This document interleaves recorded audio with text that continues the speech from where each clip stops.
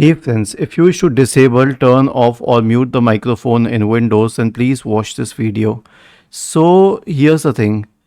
Nowadays, whenever you open the system tray, all you can see is the output volume. I mean, you can mute the speaker, but there's no option for microphone here. So I'll show you the option in settings.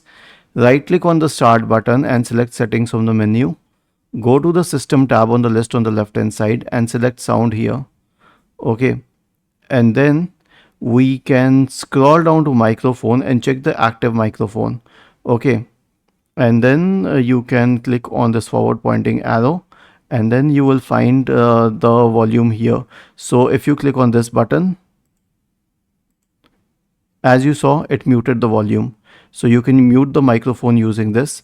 And as for disabling the microphone, you can simply change it to some other one. Was this helpful?